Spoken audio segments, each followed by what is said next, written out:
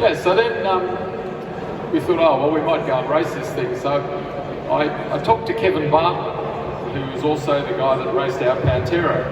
And I said to Kevin, we're planning on racing this in the Wanneroo 300.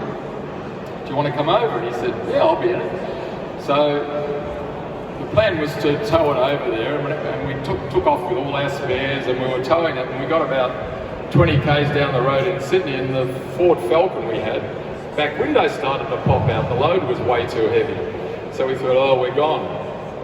And the guy I was travelling with said, well, why don't we see if we can fly it over? I said, oh, can't fly it over, it'll cost a fortune. There's not a plane that can take it anyway. Anyway, we went round to TAA, and they just got their new Airbus. And the guy said, oh, bring it round the back, and we'll do a trial fitting to see if we can get it in the Airbus. And they found that if they jacked it up about 3 feet, we get all the spares under it, then when they closed the door, which was curved, they could get the nose in, so it had to be the last thing loaded into the plane. And they said, well, yep, we can get you over there. I said, yeah, but what's it going to cost? He said, let me tell you how it works.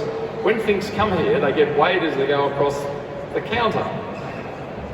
And once they're across the counter, there's nothing we can do to produce the bill. I said, no, we can't. He said, yeah, it'll be all right. I said, no. Anyway, one of the senior execs came up from TA and said, look, we'd like to sponsor you. I said, this is getting better by the minute.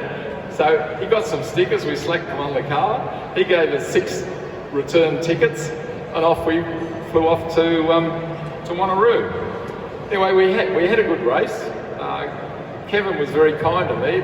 He gave me some quiet advice. I managed to pull 2 seconds a lap out of my times and made it easier for me to drive. I was trying too hard.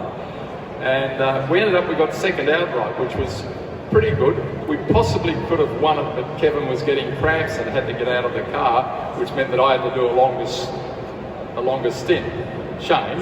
The second outright was pretty good. And then we decided, oh, that was fun. We'll drive it home. So we had this Lamborghini with megaphones, slicks, no roof, and we set about driving back, and we got to Norseman. We had to stop because the wheels were out of balance.